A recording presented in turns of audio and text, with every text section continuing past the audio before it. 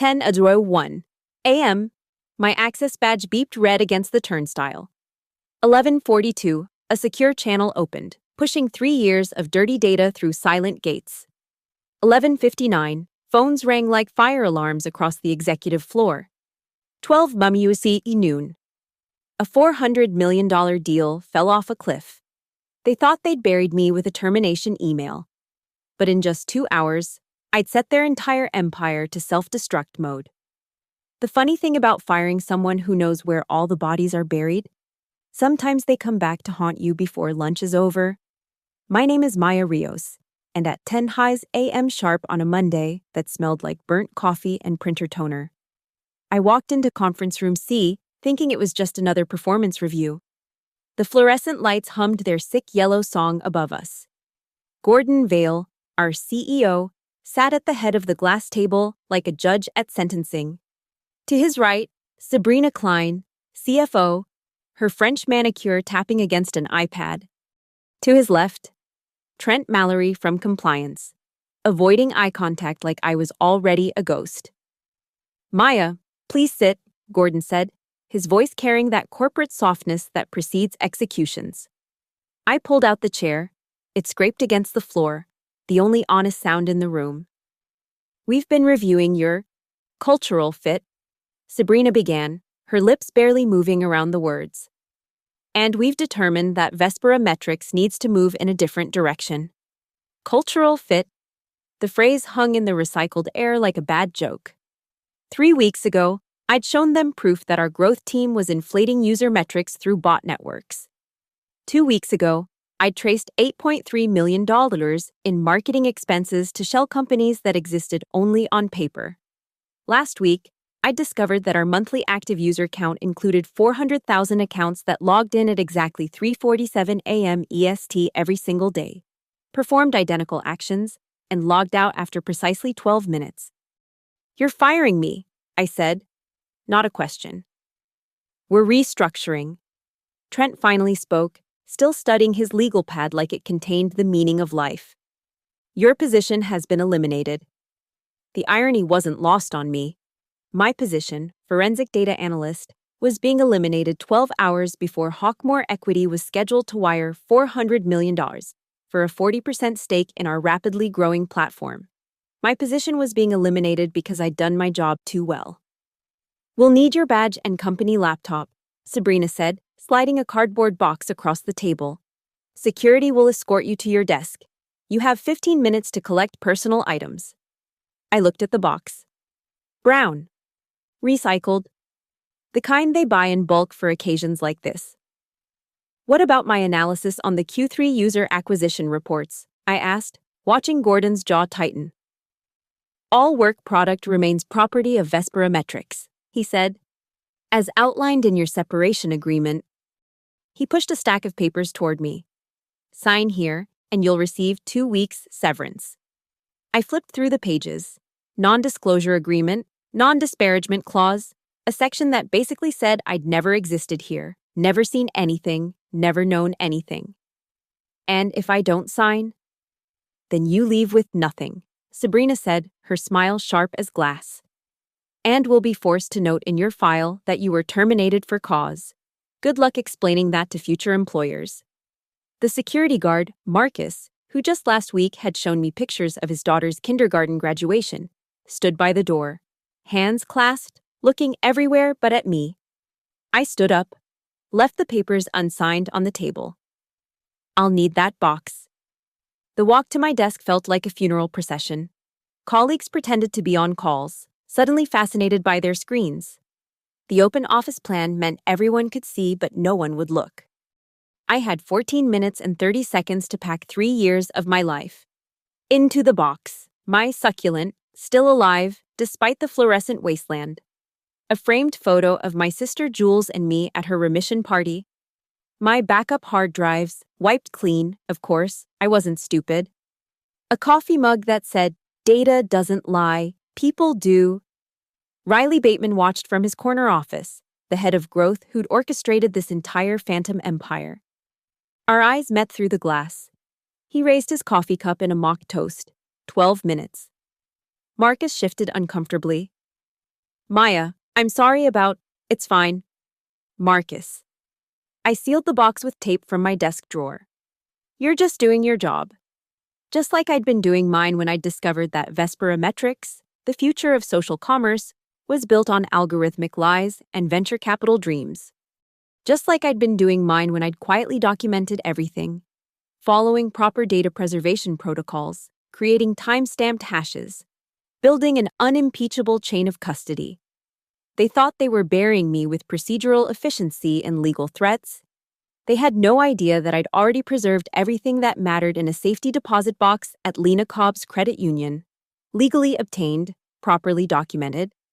10:45 a.m. The elevator doors closed on my Vespera career. Marcus pressed L for lobby, and we descended in silence. Outside, the Michigan morning was white, bright, and cold. I stood on the sidewalk, holding my cardboard box, watching the building's glass face reflect the clouds. 2 hours and 15 minutes until Hawkmore's wire transfer. 2 hours and 15 minutes to make a choice. I pulled out my personal phone and checked the time. 10:46 a.m. The clock had already started ticking. 3 months earlier, I'd still believed in Vesperometrics. Still believed that the discrepancies in our user data were honest mistakes, rounding errors, maybe overzealous marketing. I'd left my stable job at a Big Four accounting firm to join the future of social commerce, trading spreadsheets for Python scripts, financial audits for data models. The pay was better. The mission felt real. My sister Jules needed expensive treatments that insurance called experimental, and Vespera's stock options promised to cover what Medicare wouldn't. The first red flag came disguised as success. Riley Bateman burst into the analytics pit one Tuesday, champagne in hand. We just hit 2.8 million MAU, broke through the plateau. Everyone cheered. I pulled up the dashboard. The spike was vertical, statistically impossible for organic growth. When I dug deeper, I found patterns that made my stomach turn. User accounts created in batches of exactly 500. Email addresses following sequential patterns. IP addresses rotating through the same proxy networks. I built Atlas Pulse to track it all, a monitoring system that could detect artificial behavior patterns across our platform. Think of it as a polygraph test for user data. Real humans are messy, unpredictable. Bots are precise, mechanical, perfect in their imperfection. Atlas Pulse found them everywhere. The gift card scheme was elegant in its simplicity. Vespera would buy $50,000 worth of gift cards from shell vendors, distribute them through promotional partners, click farms in Southeast Asia and Eastern Europe, who would create accounts, make purchases, generate engagement. The money went in a circle, out as marketing expense, back as revenue. On paper, we were growing. In reality, we were paying ourselves. I documented everything. Screenshots of Slack conversations where Riley discussed growth hacking strategies. Invoices from vendors that didn't exist beyond a WordPress landing page. Bank records showing suspicious patterns. Always just under $10,000. Always on the last day of the month. Always to accounts registered in Delaware. The smoking gun came from an unlikely source, a misconfigured API endpoint that logged raw server data.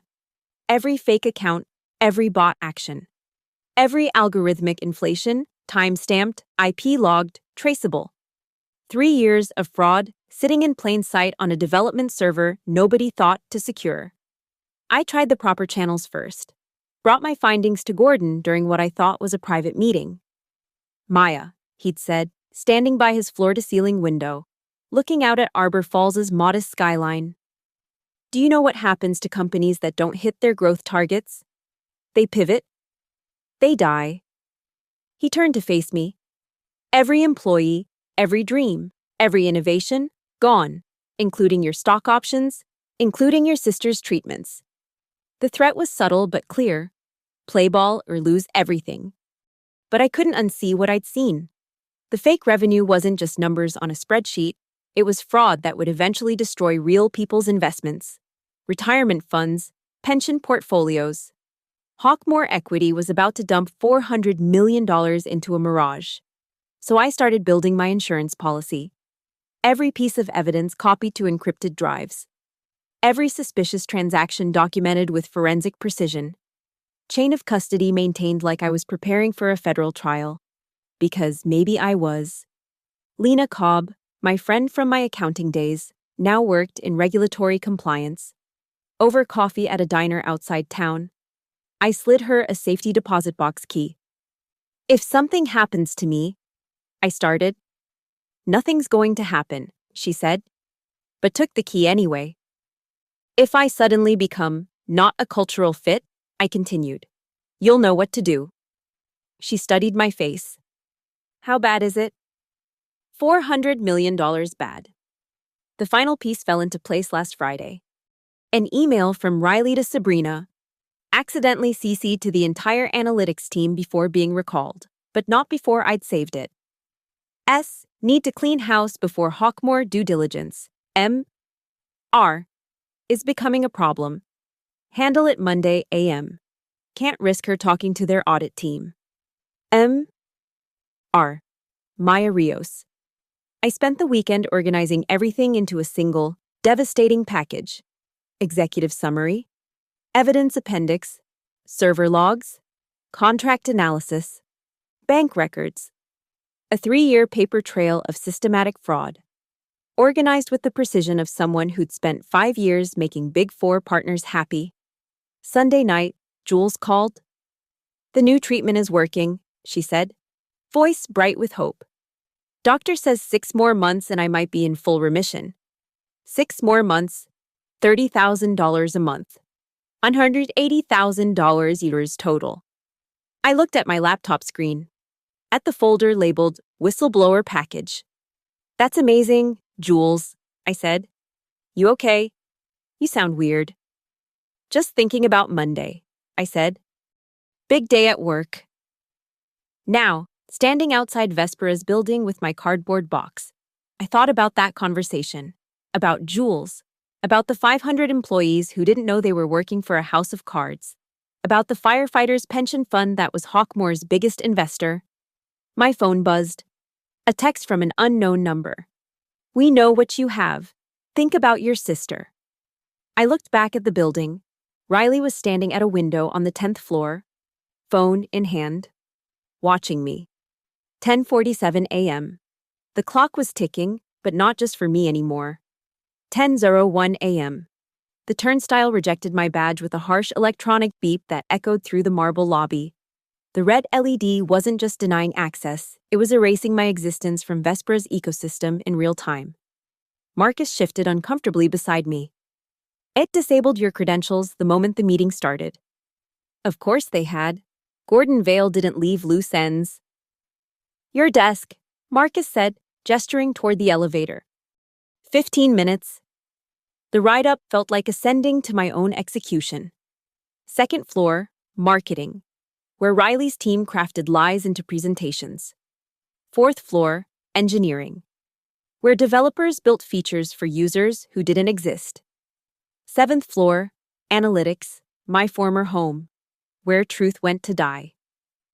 The doors opened to deliberate silence, 43 people pretending to work, pretending not to notice the security guard escorting me to my desk like a criminal. My workstation was already sanitized, computer gone, desk drawers locked with red security tape. Only personal items remained, arranged neatly like evidence at a crime scene. What you see is what you can take, Marcus said, reading from a card. Any attempt to access company property will be considered theft. I picked up the succulent first. 3 years of fluorescent light, and it had still grown, still reached toward whatever sun it could find, into the box. The photo of Jules and me at her remission party, her bald head covered with a ridiculous rainbow wig.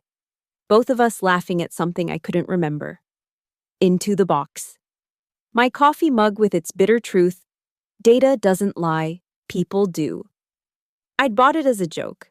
It wasn't funny anymore. Into the box. 10 minutes, Marcus announced, loud enough for everyone to hear. Riley Bateman emerged from his corner office, walking toward us with the confidence of someone who'd won.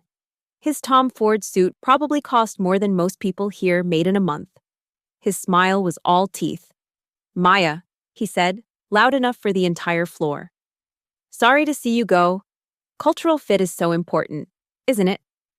Cultural fit? They're euphemism for someone who wouldn't play along with fraud. "Riley," I said, matching his volume. "Interesting revenue numbers this quarter.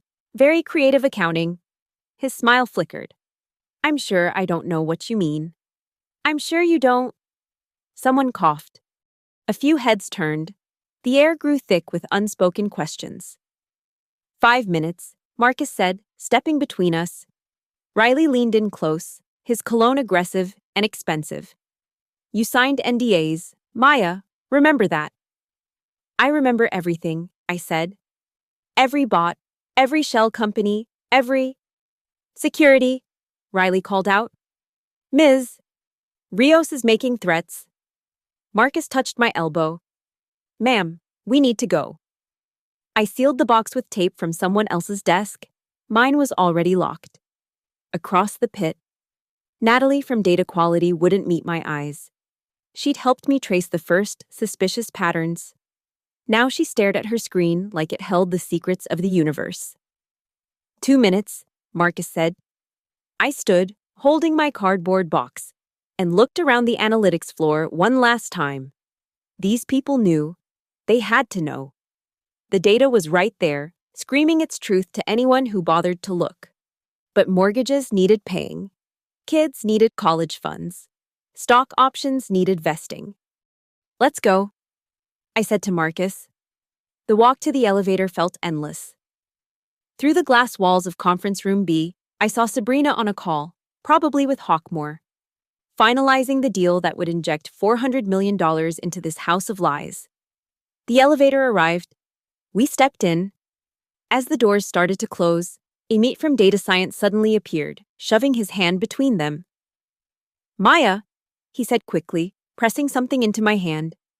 "You dropped this." The doors closed before I could respond. In my palm was a USB drive I'd never seen before. "What's that?" Marcus asked. "Nothing," I said, pocketing it. "Just trash." Ground floor.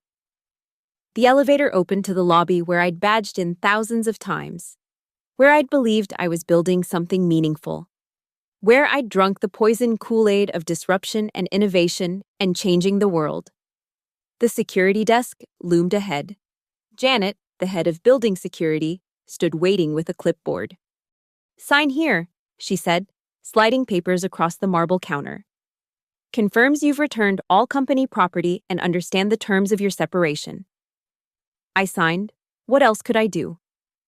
The real evidence was already safe, sitting in Lena's safety deposit box, documented with chain of custody forms that would hold up in federal court.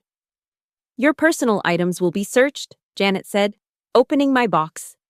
She rifled through my pathetic belongings. Plant, photo, mug. Nothing that could bring down a $400 million fraud. "She's clear," Janet told Marcus. The walk to the revolving door felt like a funeral march. My reflection in the glass looked pale, disconnected, like I was watching someone else's termination. Marcus stopped at the door. "Maya, for what it's worth." "I'm sorry." "For what it's worth," I said. "You should update your resume." I pushed through the revolving door into the bright Michigan morning. The cold air hit my face like a slap, sharp and clarifying. 10:45 a.m. I stood on the sidewalk, holding my cardboard box, watching the building's glass face reflect the morning clouds. Inside, Vespera metrics hummed along, generating fake users, booking phantom revenue, preparing to swallow $400 million of other people's money. My phone buzzed. A text from an unknown number. "Check the USB, a friend." I pulled out the drive Amit had given me. Whatever was on it, he'd risked his job to give it to me. 10:46 a.m. 1 hour and 14 minutes until Hawkmoor's wire transfer. 1 hour and 14 minutes to decide, stay silent and stay safe, or blow the whistle and burn it all down. My phone rang. Jules. "Hey," she said. Just wanted to hear your voice before my treatment. You sound weird lately. Everything okay? Everything was not okay. Everything was about to explode. I love you, I said. Maya, you're scaring me. I'm about to do something that might change everything, I said. But it's the right thing. The right thing usually is the hard thing, she said. That's what you always tell me. I plugged Amit's USB into my laptop in the Uber, my fingers trembling as I opened the single file it contained. A video, time-stamped from last Friday's executive meeting. Amit had hidden a phone in the conference room. Gordon's voice filled my earbuds. Once Hawkmore's money hits, we're untouchable. Maya's analysis dies with her termination. Delete everything she's touched. Sabrina's response. The Atlas Pulse data, especially that full server wipe, blame it on a system upgrade. My throat went dry. They weren't just covering up, they were destroying evidence. 10:52 a.m., Lena's coffee shop. I ran in, laptop under my arm, box abandoned in the Uber. I need to file now, I said. They're planning to destroy evidence. The SEC portal's up, Lena said, turning her screen. I've got the preliminary form ready. My fingers flew across the keyboard. Company name, Vespera Metrics, Inc. Nature of violation, securities fraud, wire fraud, destruction of evidence. Estimated financial impact, $400 million. Attach evidence. I uploaded everything. The Atlas Pulse reports showing 67% fake users, the shell company invoices, the bot network payments, Amit's video. Each file tagged, time-stamped, described in painful detail. 11:08 a.m. Submit button staring at me like a loaded gun. My phone exploded with calls. Gordon, Sabrina, Trent. Unknown numbers that had to be their lawyers. A text from Riley. You have no idea who you're fucking with. Think about your sister's medical bills. Another from Gordon. We can make this right. $500K severance. Sign now. 11:11 a.m. I hit submit on the SEC complaint. Done, I said to Lena. Now Hawkmore, she said, pulling up their website. Direct line to their due diligence team. I dialed. A crisp British accent answered. Hawkmore Equity, Diligence Division. This is Maya Rios, former forensic data analyst at Vespera Metrics. I need to speak with whoever's leading the Vespera acquisition. It's regarding material fraud in your target company. Silence. Then, please hold. 30 seconds later, a different voice, American, sharp. This is David Park, Managing Director. You have 90 seconds. 90 seconds to prevent a $400 million mistake. Vespera is reporting 4.2 million monthly active users. At least 2.8 million are bots. Revenues inflated by 61% through circular transactions with shell companies. I have forensic proof, just filed with the SEC. Check your email, I'm sending evidence now. I could hear typing. Received, stand by. The hold music was Vivaldi. Such a civilized soundtrack for corporate destruction. 11:19 a.m. David came back on. We're pulling the deal pending investigation. Our legal team will be in touch. The line went dead. 11:20 a.m. I called Noah Pike at the Western Ledger. Pike, he answered, sounding bored. I have a story that's going to blow up in approximately 40 minutes. Vespera Metrics, $400 million fraud, SEC filing happening now. His tone changed instantly. Who is this? Maya Rios, former data analyst. I have documents, recordings, everything. Send me what you can, encrypted email. I forwarded the package, my fingers steady now, almost mechanical. The adrenaline had burned off, leaving something colder, clearer. 11:28 a.m.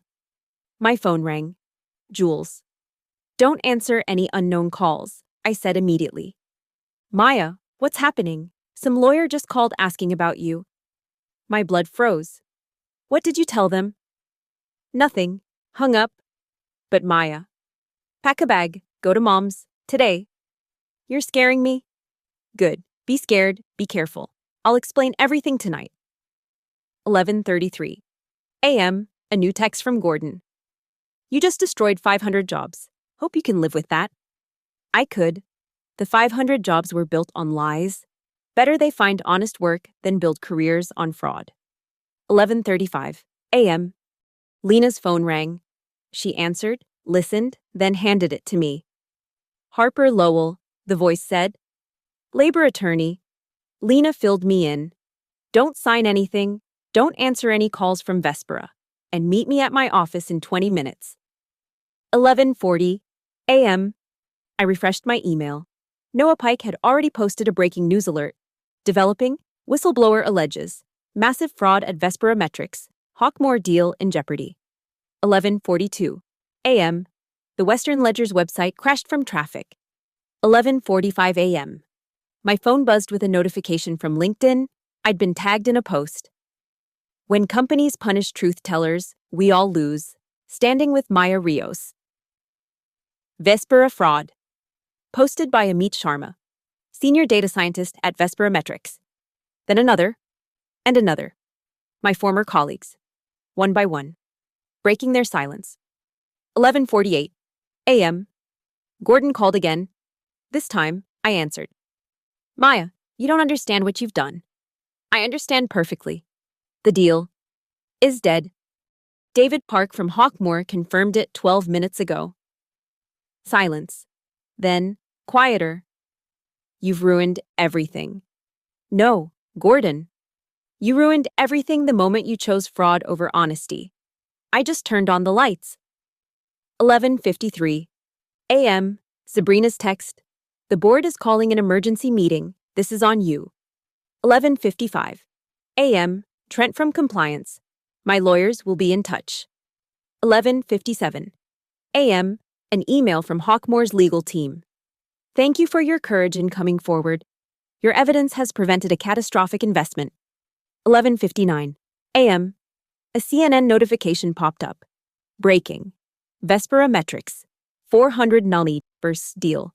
Collapses amid fraud allegations. 12:40 p.m. Noon. I sat in Lena's coffee shop, watching the news explode across my phone screen.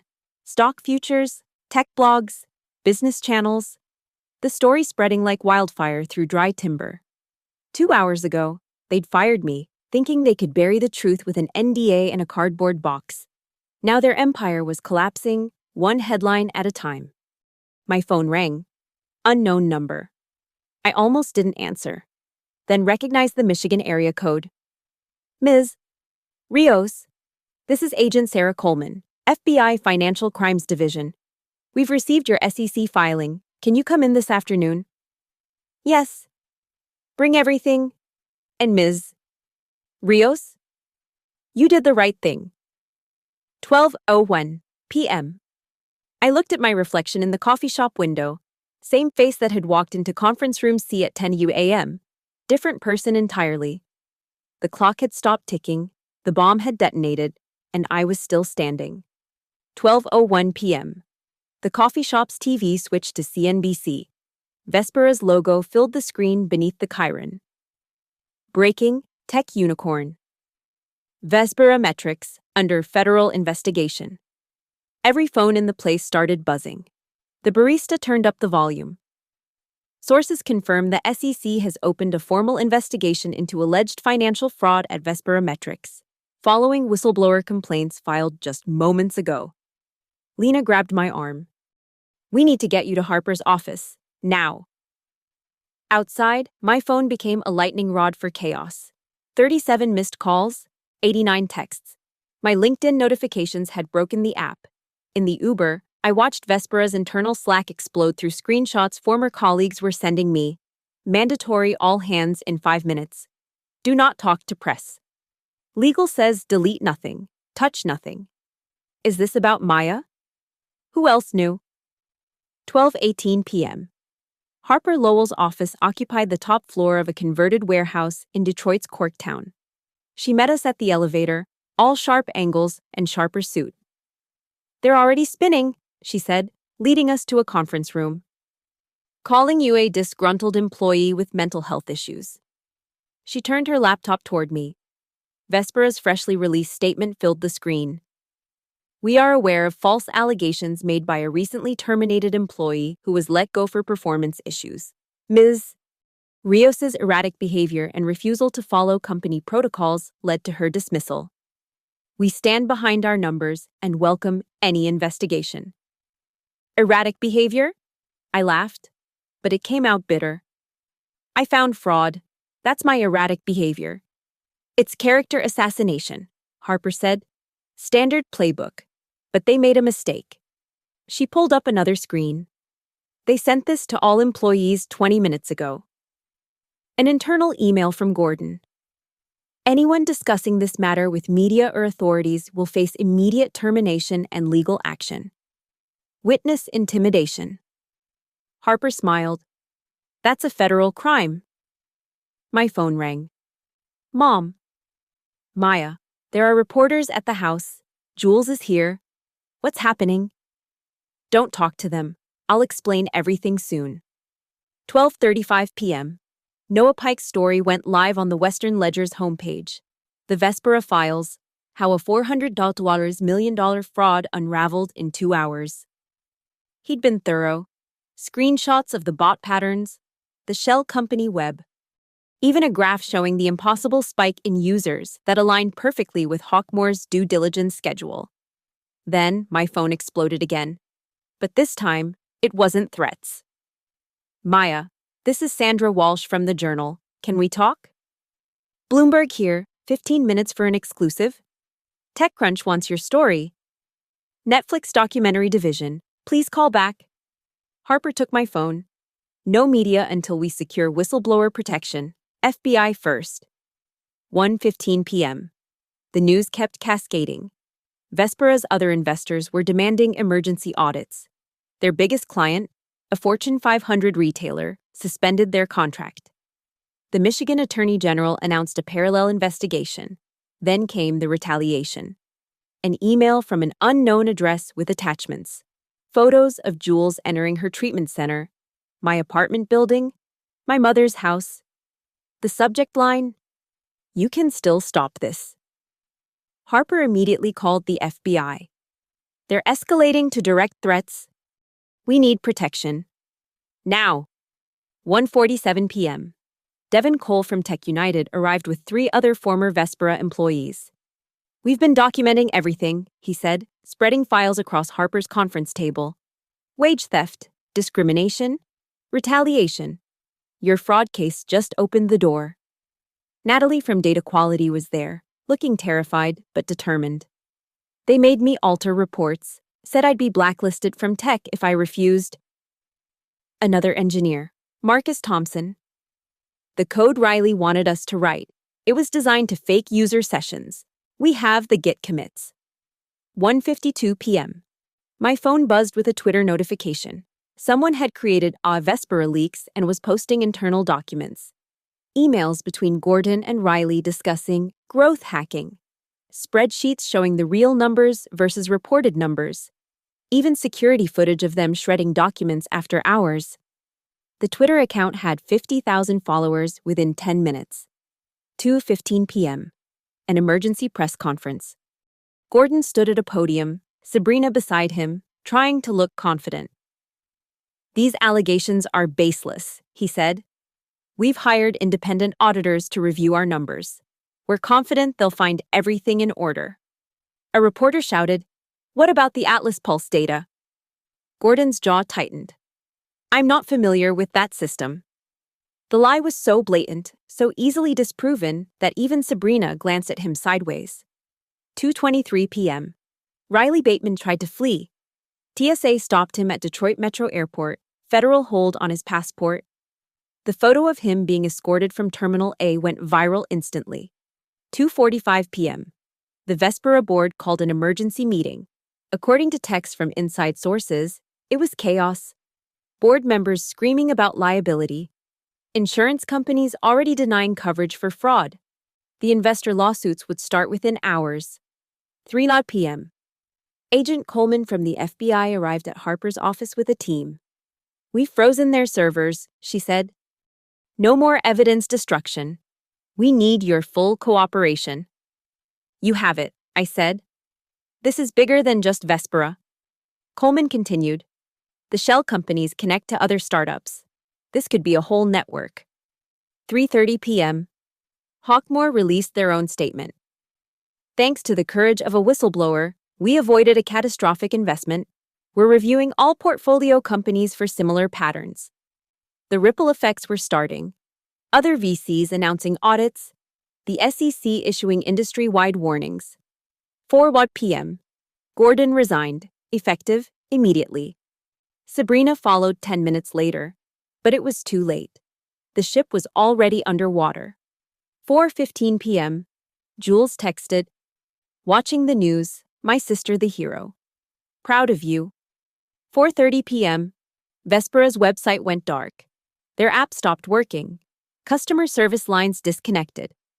In less than 6 hours, a $3 billion valuation had evaporated. My phone rang. A 212 number. New York. Ms. Rios, this is Catherine Morgan from Fortress Consulting. We specialize in forensic accounting. We'd like to offer you a position. Name your price. Harper took the phone. She'll call you back. 5:01 p.m. I sat in Harper's conference room, watching the sun set over Detroit. The coffee had gone cold. The adrenaline had faded. The reality was setting in. I'd destroyed a company, ended careers, triggered investigations that would run for years. And I'd do it again. Because data doesn't lie. People do. And sometimes, the only way to stop a lie is to tell the truth, even if it burns everything down. Especially then. The following weeks became a chess match played in conference rooms and courtrooms. Harper's office transformed into our war room, walls covered with timelines, flowcharts, evidence chains. Every move Vespera's lawyers made, we countered with documentation. Tuesday, day 3. The first deposition. I sat across from Vespera's lead attorney, Richard Steinberg, a man who billed $1,500 an hour to make problems disappear. Ms. Rios, he began. Isn't it true you accessed company servers without authorization? I accessed servers within my job responsibilities as a forensic data analyst, I replied. Harper's coaching echoing in my mind. Every query is logged and time-stamped within acceptable use policies. But you copied proprietary data. I documented evidence of fraud, following standard preservation protocols for potential legal proceedings. He shifted tactics. Your sister requires expensive medical treatment, correct? Harper objected immediately. Irrelevant and inflammatory. But Steinberg had shown his hand. They were going to paint me as desperate, motivated by money. Thursday, day 5. The leaked emails started surfacing, not from me, from inside Vespera's crumbling walls. Sabrina's message to accounting. Adjust Q3 projections to match Riley's growth metrics. Make the numbers work. Gordon's response. Clean up the audit trail. Maya's getting too close. Each leak tightened the noose. The FBI expanded their investigation. The IRS joined, smelling tax fraud. The Department of Labor investigated wage theft claims. Monday, week 2. I met with Agent Coleman in a federal building downtown. The room smelled like old coffee and newer fear. We've traced the shell companies, she said, sliding photographs across the table. Registered in Delaware, Nevada, Wyoming, but they all lead back to one person. Riley Bateman's photo stared up at me. He wasn't just inflating numbers, Coleman continued. He was siphoning money. $3 million, minimum. Gordon didn't know. Gordon was willfully blind. Sabrina was actively complicit, but Riley was the architect. She showed me more documents, bank records, wire transfers, a web of fraud so complex it was almost beautiful in its ambition. We need you to identify specific transactions, Coleman said. Match them to your Atlas Pulse data. 6 hours of connecting dots. Every fake user cluster correlated to a payment, every payment traced to Riley's network. The pattern was clear. Vespera wasn't just committing fraud, it was being hollowed out from inside. Wednesday, week 2. The civil suits started, Shareholders, employees with worthless stock options, clients who'd paid for fake audiences. Harper fielded them all. "You're protected under whistleblower statutes," she assured me. "But they'll try to break you financially before this sees a courtroom." She was right. Vespera's lawyers filed countersuits: theft of trade secrets, breach of contract, defamation, each one baseless, each one expensive to defend. But then something unexpected happened. A GoFundMe appeared. Support Maya Rios, the data analyst who saved investors $400 million. Started by someone I'd never met. Within 48 hours, it raised $200,000. Messages poured in. "Thank you for having courage. You saved my pension fund. We need more people like you." Friday, week 2. The breakthrough came from an unexpected source. Trent Mallory from Compliance flipped.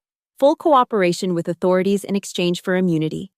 His deposition was devastating. He confirmed everything: the forced report alterations, the evidence destruction orders, the threats against whistleblowers. He'd kept recordings of Gordon explicitly ordering him to handle me. Define handle. The federal prosecutor asked in the leaked transcript. Make her disappear from the industry. Ensure she never worked in tech again. Monday, week 3. Riley was arrested at his Grosse Pointe mansion at 6 a.m. Federal agents seized his cars, computers, even his collection of vintage watches bought with embezzled funds.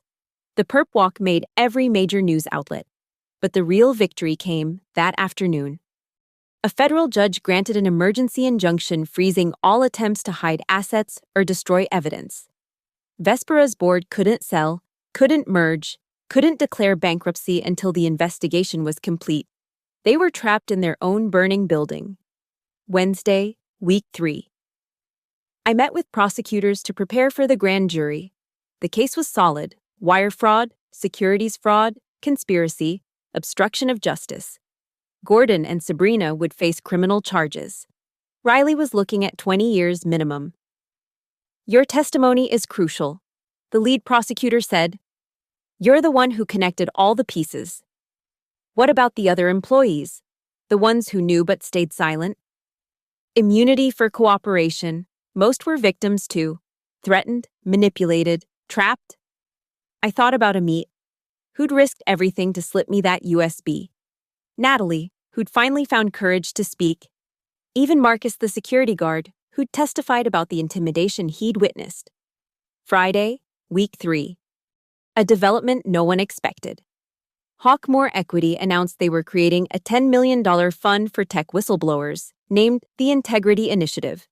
They offered me a position as director. "You saved us $400 million. David Park said over video call. "Help us save more."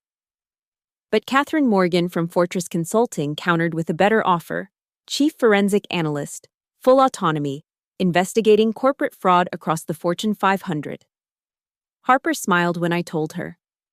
"You went from unemployable to most wanted in 3 weeks." That evening, I sat with Jules at her treatment center. She was responding well. The doctors were optimistic about full remission. "I'm proud of you," she said. "But I'm also scared. These people you exposed, they have money, connections." She was right. I'd made powerful enemies. But I'd also discovered something.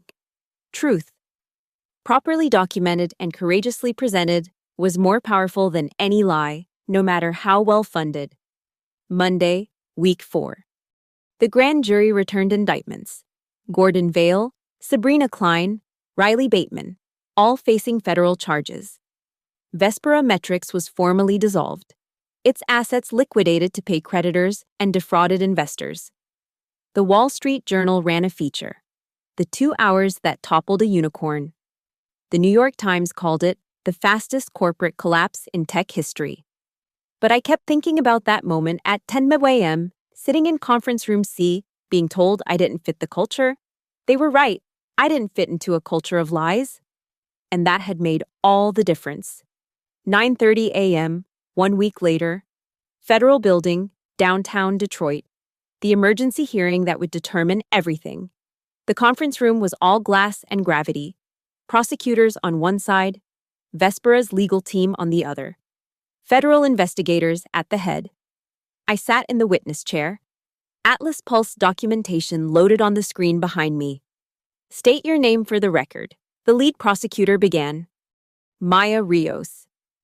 Gordon Vale sat across from me, his $10,000 suit unable to hide the defeat in his shoulders. Sabrina Klein wouldn't meet my eyes. Riley Bateman was notably absent, denied bail, sitting in federal detention. Ms. Rios, the prosecutor continued, please walk us through the Atlas Pulse findings. I stood, laser pointer in hand. The first slide appeared, a graph showing user growth over 3 years. This blue line represents reported monthly active users. I began, my voice steady. This red line shows actual human users verified through behavioral analysis. The gap between the lines was a canyon. At the point of termination, Vespera claimed 4.2 million MAU. Atlas Pulse verified 1.4 million. Exactly. 2.8 million users were bots. Click. Next slide. A world map lit up with connection points. These clusters in Bangladesh, Ukraine, and the Philippines. Click farms. Paid 0.02 per action. Creating accounts, making purchases with company-provided gift cards, generating fake engagement. Gordon's lawyer interrupted. Objection. Ms. Rios cannot prove intent. I can, I said, clicking to the next slide. An email from Riley to Gordon, dated 6 months ago. Atlas showing discrepancies. Need to handle M.R. before Hawkmoor audit. The room went silent. Next slide. Financial flows, mapped like a subway system. $8.3 million in marketing expenses over 18 months. But trace the payments. I followed the lines with my laser. They circle back through shell companies to Vespera's own accounts. Revenue recognition fraud, textbook example. Sabrina's lawyer stood. My client was unaware. Click. An email from Sabrina. Adjust revenue recognition to match Riley's projections. Make it work. Her lawyer sat down. For 90 minutes, I dissected 3 years of fraud with surgical precision. Every bot cluster time-stamped. Every shell company traced. Every executive decision documented. The most damning evidence, I said, loading the final file. Is this? The video Amit had provided played on screen. The executive meeting, crystal clear. Gordon's voice filled the room. Once Hawkmoor's money hits, we're untouchable. Maya's analysis dies with her termination. Delete everything she's touched. Sabrina. The Atlas Pulse data? Gordon. Especially that full server wipe. Blame it on a system upgrade. Riley.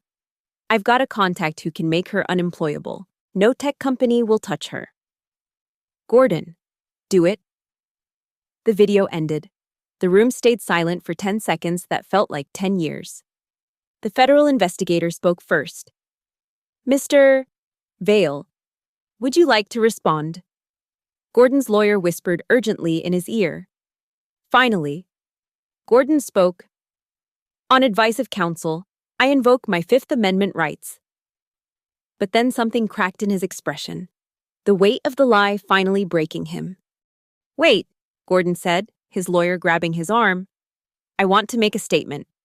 Gordon, don't, his lawyer warned. No. He shrugged off the hand. I'm done.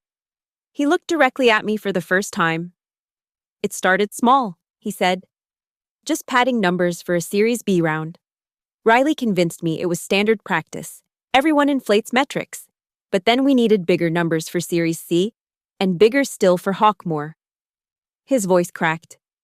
We were too deep to stop. The whole company would collapse, 500 jobs, investor lawsuits, so we kept going. Mr. Vale, the prosecutor interrupted. You're admitting to securities fraud? I'm admitting to everything. The bots, the shells, the revenue manipulation, all of it. Sabrina's sharp intake of breath, her lawyer's frantic whispering. Ms. Klein? the investigator asked. Do you have anything to add? She looked at Gordon, then at me, then at her hands. I want an immunity deal. I'll testify against Riley. He was skimming money, millions that never made it to company accounts. The betrayal cascaded like dominoes. Mr. Vale, the prosecutor said, are you willing to cooperate fully in exchange for reduced charges? Gordon nodded, defeated. Yes. The investigator turned to me. Ms. Rios, your evidence is ironclad. The Department of Justice will be filing criminal charges immediately. 11:47 a.m., the hearing adjourned. As everyone filed out, Gordon stopped beside me. You won, he said quietly. No, I replied. I just stopped you from stealing $400 million. We could have made you rich. Stock options would have been worth millions after the acquisition. Monopoly money, I said. Worth nothing when the game ends. He walked away. Federal marshals escorting him to further questioning. In the hallway, Harper waited with news. The SEC just announced, you're getting the maximum whistleblower award, 30% of recovered funds. I did the math. If they recovered even half the attempted fraud, that was $60 million. I don't want it, I said. Harper blinked. What? Set up a fund. For employees who lost their jobs, investors who got burned, other whistleblowers who need legal defense. Maya, that's tens of millions of dollars. Dirty money, I said. Let it do some good. 12 p.m. Noon. I stood outside the federal building, watching news vans gather like vultures. My phone buzzed with job offers, interview requests, book deals. But all I could think about was that moment, exactly 1 week ago, when they'd fired me at 10 a.m. They'd thought they were ending my story. Instead, they'd handed me the pen to write theirs. And I'd written the end in permanent ink. The glass door of the federal building swung shut behind me with a soft click, like a trap finally springing closed. The dust settled slowly, like ash after a fire. 2 months after that federal hearing, I stood in my new apartment in Chicago, boxes still unpacked, watching Lake Michigan stretch toward a horizon I couldn't see. Fortress Consulting had given me everything: corner office, 6-figure salary, cases that mattered. But some mornings, I still woke at 10:01 a.m. exactly, my body remembering the moment that badge reader turned red. The trials moved forward with mechanical precision. Gordon Vale pled guilty, got 5 years, would serve 3 with good behavior. Sabrina Klein, 2 years suspended. Lifetime ban from serving as a corporate officer. Riley Bateman, 22 years, federal, no parole. They found another $7 million hidden in cryptocurrency wallets, purchased with embezzled funds. The other Vespera employees scattered like seeds in wind. Some landed at legitimate companies, having learned hard lessons about looking the other way. Others started fresh, outside tech, outside the bubble of lies we'd all lived in. Amit Sharma, who'd risked everything to slip me that USB, became a whistleblower advocate. Natalie from Data Quality joined the SEC as an investigator. Even Marcus, the security guard who'd escorted me out, testified for the prosecution and now worked building security for a hospital. Somewhere honest, he said. Jules completed her treatment. Full remission. The medical bills that had once chained me to Vespera's poison paycheck were covered by the legitimate job I should have had all along. She started a nonprofit for young adults with cancer, funded partly by the whistleblower award I'd insisted go to victims. The integrity initiative that Hawkmoor established has helped 17 whistleblowers in 6 months, each case smaller than Vespera. But together, they'd prevented nearly $1 billion in fraud. The ripples spreading outward, changing how Silicon Valley thought about growth at any cost. Some nights, Harper calls with updates. Vespera's victims recovered 60 cents on the dollar, better than expected. The employees' class action settled. The fund I'd established had paid for 23 families' legal fees, helped 47 engineers find new jobs, kept 8 people from losing their homes. But here's what I think about most: that cardboard box. brown, recycled, meant to hold the remnants of my professional life as I was escorted out in shame. Instead, it became Evidence Exhibit 1 in a federal case. That photo of Jules and me, the one they'd watched me pack while smirking, it sat on the prosecutor's table during closing arguments. Proof of the personal stakes behind the numbers. The coffee mug. Data doesn't lie. People do. Now sits on my desk at Fortress. A reminder that sometimes the truth is so simple, we put it on kitchenware and ignore it anyway. And the succulent, still alive, still reaching toward whatever light it can find. I water it every Monday at 10:01 a.m. exactly. A small ritual. A remembered revolution. People ask if I regret it. If I lie awake thinking about the easier path, signing the NDA, taking the severance, staying quiet, they want to know if David slaying Goliath felt satisfied or just tired afterward. The truth? Both. I'm satisfied that $400 million didn't disappear into Vespera's void. Tired from months of depositions and death threats. Satisfied that Riley's in federal prison instead of a Palo Alto boardroom. Tired of looking over my shoulder. Satisfied that whistleblowing became slightly less terrifying for the next person. Tired of being that woman who destroyed Vespera. But mostly, I'm at peace with a simple fact. They fired me at 10 a.m. thinking they'd ended my story. By noon, I'd ended theirs. The investigators, prosecutors, and journalists would call it the fastest corporate collapse in tech history. The employees would call it inevitable. The investors would call it catastrophic. I just call it the truth, delivered express. Because here's what Gordon, Sabrina, and Riley never understood. What so many executives drunk on their own lies fail to grasp. When you fire someone who knows where the bodies are buried, you better make sure they don't have a shovel. I had excavation equipment. Harper sends me job offers from people who want someone unafraid to find fraud. The FBI wants me as a consultant. The SEC offered a director position. Even some Fortune 500 boards, they want someone who can spot the Riley Batemans before they metastasize. But for now, I'm good where I am. Fortress Consulting, investigating the numbers that don't add up, the growth that grows too fast, the revenues that circle back on themselves like Ouroboros eating its own tail. Every morning, I badge into a building where my access works. Every evening, I leave knowing I've done honest work, and every paycheck I cash comes from clean money, earned by revealing truth rather than manufacturing lies. My phone buzzes. Another company wants me to investigate suspicious patterns. Another board worried about what might be hiding in their data. I check the time. 11:58 a.m., almost noon. Almost time for another empire to fall. Because they're out there, the Vesperas in waiting, built on fraud and held together with NDAs and fear. They think they're untouchable, too big to fail, too smart to get caught. They're wrong. And somewhere, in some gleaming office building, another analyst is finding impossible patterns, documenting suspicious transactions, building a bulletproof case. They're sitting in meetings being told to look the other way. Make the numbers work. Be a team player. To them, I say this: document everything, preserve evidence properly, find a good lawyer. And remember, they can fire you in the morning, but they can't stop the truth from coming out by noon. The badge reader that turned red at 10:01 a.m. didn't lock me out. It set me free, and it set the truth free with me. Thank you for listening to this story. I'm curious. Where are you listening from? Drop a comment below, and let's connect across the miles. If this tale of corporate revenge resonated with you, please subscribe to the channel and share your thoughts. What would you have done in Maya's position? Your stories and perspectives make this community richer.